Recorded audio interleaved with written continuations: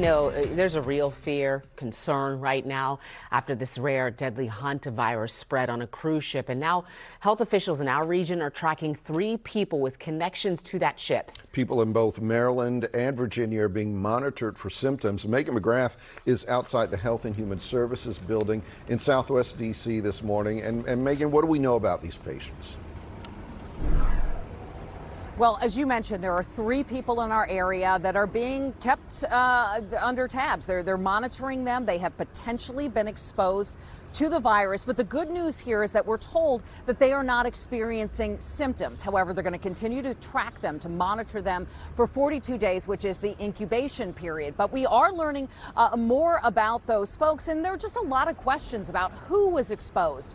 How are they feeling? Where are they from? And when we do have new information, let's start with Virginia. There was one Virginia resident who was on board the ship, but disembarked and flew home before the outbreak was identified. Health officials are not releasing a lot of information about that person because of privacy concerns, HIPAA. So we don't know exactly where in Virginia they live. Health officials say that the individual is doing well, not exhibiting any symptoms, and they are being monitored by local health officials. Now, Maryland is also monitoring 2 people who may have been exposed. They were not passengers on the cruise ship, which is kind of interesting. They were on an airline flight that briefly included an infected cruise ship passenger. Health officials say everyone will be tracked and monitored for 42 days. That's the incubation period.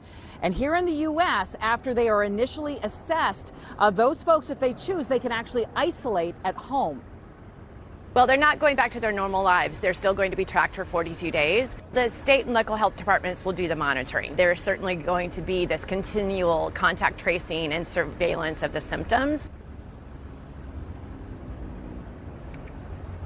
So in the U.S., folks will be given the option to isolate for that 42-day period at home if they so choose. Not the case in other places. Spain and France, much more restrictive policy in place. All of their citizens who were exposed, they're going to have to stay in the hospital for that 42-day period and until they get the all clear to go. So a little bit of a different policy there.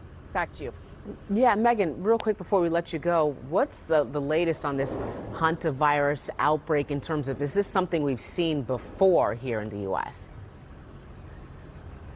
Yeah, we have seen cases before, normally in the Southwest, and it's not very common. It is a rather rare virus in our area, but there are cases reported. You might remember a year ago, actor Gene Hackman's wife, she died after contracting the hantavirus. So there's that case out there. In terms of locally here, Maryland, there was a case, last case, 2019. They have never seen the Andes strain, and that's the strain that they're dealing with on this cruise ship. In Virginia, they've had a handful of cases, 2019 and 2021. So we have seen this sort of thing before, but it's not very common at all. And one thing that health officials want to stress is that this is not an easy virus to contract and to spread. It does go from person to person, but you have to be in close contact with that person in order to get it. So just something to keep in mind.